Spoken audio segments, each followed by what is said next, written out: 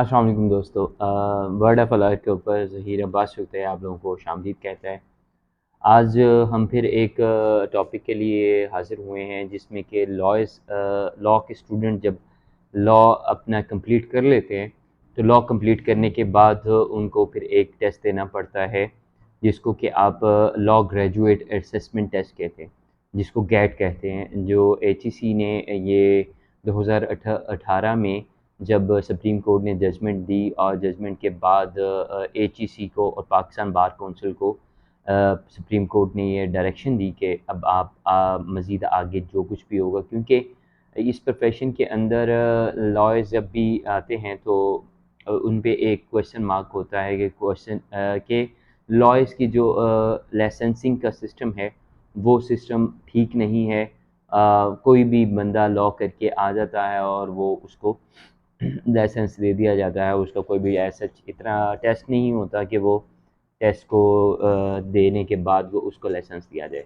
तो फिर ये मुतरादफ़ कराया गया, इंट्रोड्यूस करवाया गया और नई चीज़ आई 2018 में।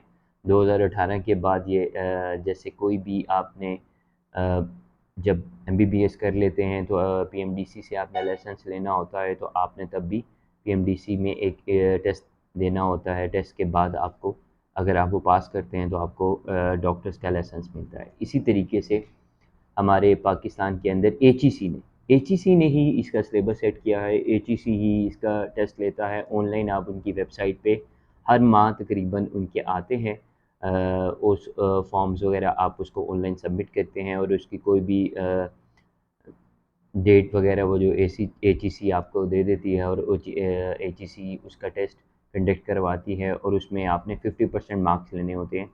लैट का टेस्ट भी ऐसे ही है, बिफोर द लॉ एडमिशन और after the completion of your degree आपने जो कोई टेस्ट देना है वो आपका गैट का टेस्ट है, जिसका कि सिलेबस तो एचईसी ही डिसाइड करती है।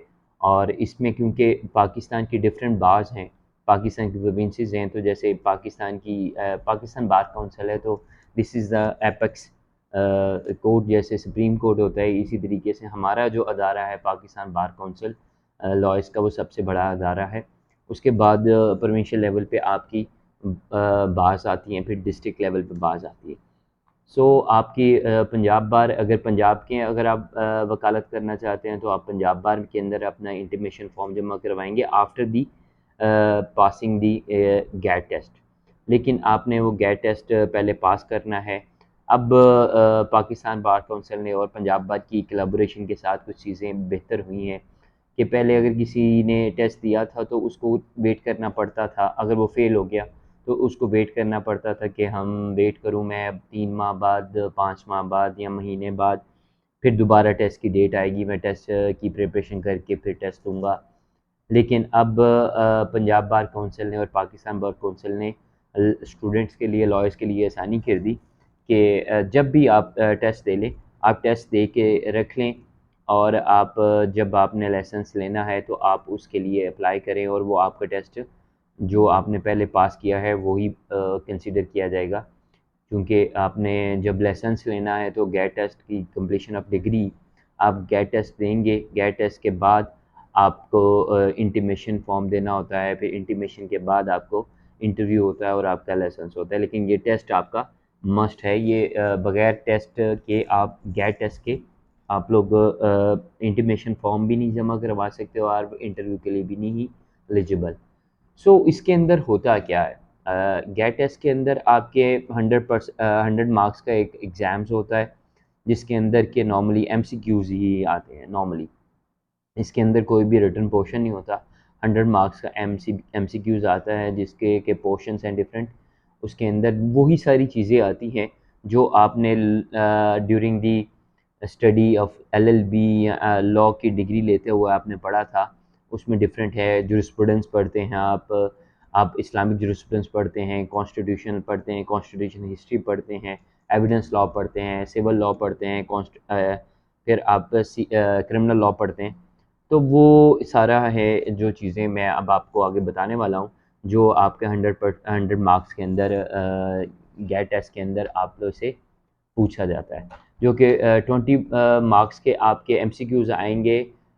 History of the constitution of Pakistan और कॉन्स्टिट्यूशन ऑफ पाकिस्तान और हिस्ट्री ऑफ कॉन्स्टिट्यूशन, इसके 15 मार्क्स के आपके एमसीक्यूज़ आएंगे।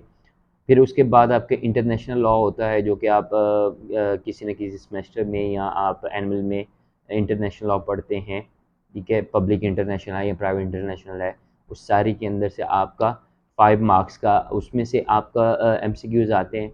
फिर आप इस्लामिक जूरिस्प्रूडेंस पढ़ते हैं, इस्लामिक जूरिस्प्रूडेंस के अंदर जितने भी उसके कंपोनेंट्स हैं, उसके एलिमेंट्स हैं, आप सारे ये चीज़ें पढ़ते हैं। उसके अंदर से भी आपको 5 मार्क्स का एमसीक्यूज़ आएंगे।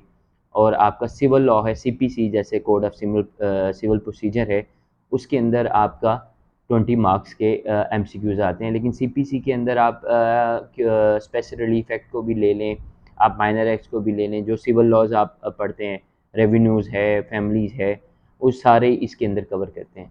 फिर आपका आगे क्रिमिनल लॉ का पोर्शन आता है, पीपीसी का, पाकिस्तान पिनल कोड का, उसके अंदर 10 मार्क्स का आपके एमसीक्यूज़ आएंगे। फिर आपका सीआरपीसी का 10 मार्क्स के एमसीक्यूज़ आएंगे, और लॉ ऑफ एविडेंस है, उसके 20 मार्क्स आपके एमसीक्यूज़ आएंगे। मतलब 40% आपका सीआरपीसी के अंदर से आता है, और 20% आपका जो है वो सीपीसी में से आएगा, 15% आपका कॉन्स्टिट्यूशन में से, और 10% आपका international law and Islamic jurisprudence में से।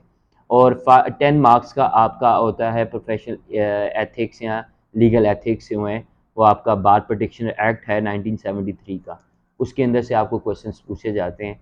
और तो आपका ये टोटल 100 मार्क्स का जो है वो गैट का एक टेस्ट बनता है, जिसके प्योरली एमसीक्यूज़ होते हैं, जिसमें आपने 50% मार्क्स लेने होते हैं for a lessons of a practice करने के लिए आपको लाइसेंस लेना है पंजाब बार कौंसिल से, तो आपको गेट टेस्ट क्लियर करना पड़ेगा। मज़ीद आपको कोई क्वेश्चन हो या आपकी कोई क्वेरी हो तो काइंडली आप ज़हीर बासुख्ताई, मैं अपना नाम और अपनी डिटेल्स डिस्क्रिप्शन में ज़रूर शेयर कर दूँगा, ताकि आप मुझसे रब्ता कर सकें। अपना बहुत सारा ख्याल रखिएगा।